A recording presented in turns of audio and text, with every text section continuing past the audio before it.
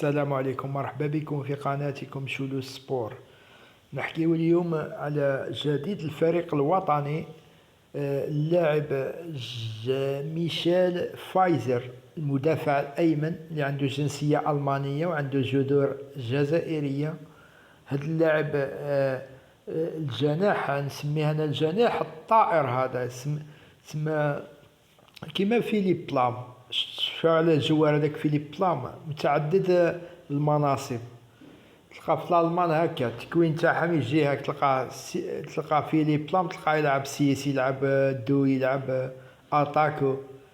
تقنيا هذا اللاعب راح يفيدنا بزاف كون نعرفو نوظفوه.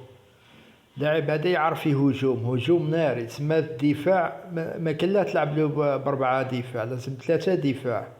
هذا اللاعب راح يفيدنا بزاف، لاعب كبير بزاف. هذا هما النيفو العالي.